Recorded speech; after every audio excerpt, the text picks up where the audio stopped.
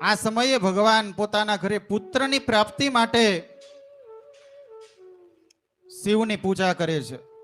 આજે પણ આપણે પોરબંદર જઈને તો પોરબંદર જાતા રાણાવાવની બાજુમાં બિલેશ્વર બિલનાથ મહાદેવ છે કે જ્યાં સાક્ષાત મહાદેવ કે જ્યાં બિરાજમાન છે.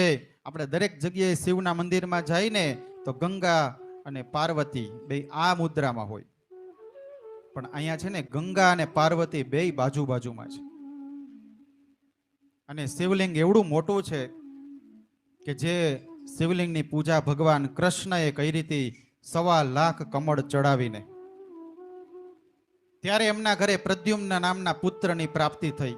એમાં એક કમળ જ્યારે ઘટ્યું ને તો ભગવાન કૃષ્ણએ એ સમયે ગંગા નદીને અહીંયા ઉતારી, ગંગાજીના પાન દ્વારા અભિષેક કર્યો, પંચામૃતથી અભિષેક કર્યો અને એ ભગવાન શિવજીની પૂજા કરી. 1.25 લાખ કમળ ચડાવ્યા, પણ એક કમળ જ્યારે ઘટ્યું પોતાના પુત્રની પ્રાપ્તિ માટે તો ભગવાન એક નેત્ર અર્પણ કરવા જાય છે.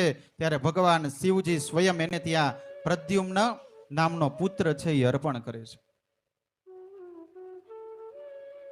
અને આજે પણ એ શિવલિંગની આજુબાજુમાં જે નદી છે એ બિલ્વ ગંગા તરીકે પ્રચલિત છે અને અઢળક બિલ્લીના ત્યાં ઝાડ છે. એ બિલેશ્વરના નામથી પ્રચલિત છે. આજે પણ આ બિલેશ્વર મહાદેવના સાનિધ્યમાં જે કોઈ વ્યક્તિ જાય છે એને સંતાનની પ્રાપ્તિ થાય છે.